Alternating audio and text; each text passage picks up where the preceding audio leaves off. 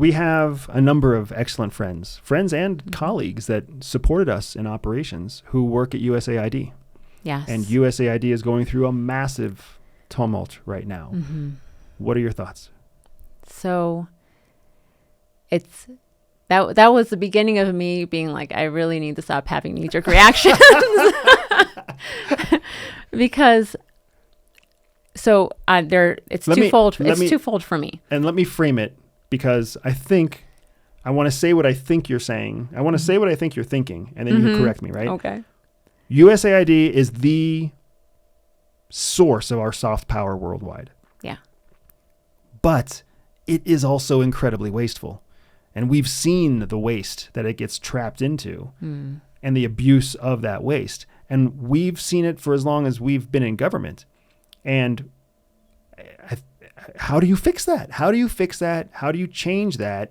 Especially when you think you have to accept outside of the United States, corruption, political manipulation. I mean, these things are standard. It's common to have a warlord who's a drug kingpin, who's also the president. That's common in the world.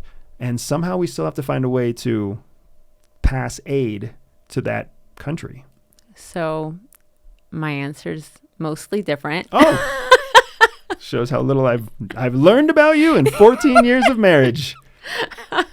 So I do agree with the soft power. So like the more mature version of me agrees in the importance of soft power. So I think we've talked about this before. Hard power is like your military, is your stick. Soft power is the carrot, right? We help you out. We build infrastructure. We make your people's lives better. And then you want to be friends with us because we've helped you have a better life. So it's important. It's for national security, honestly. For national security, for America to maintain its edge, all of these things are important.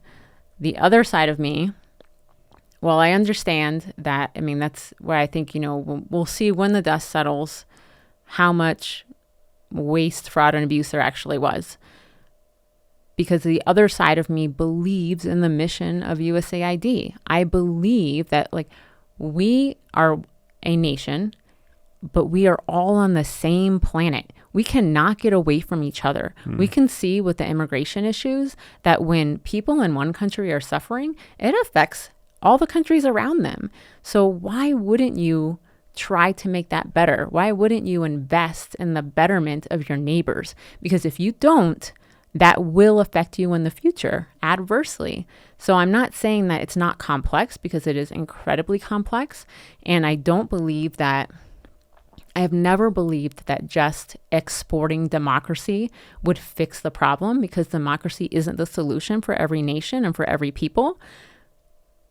But we have to try. We have to at least think outside of the box on how can we improve conditions around us in a way that enhances our soft power, that helps us out while also helping others out. I love that you have such a different opinion from mine and a different perspective. I'm super excited when your perspective starts to shift towards my perspective, because it makes me wonder if I was right the whole time, or if, I don't know, or if I'm just wrong, but you're becoming more wrong. Somewhere in the middle. Yeah, whatever it is, it still makes me feel good. But I've really appreciated learning your point of view and learning your knowledge and learning your perspective on so many different things. So fresh, so new.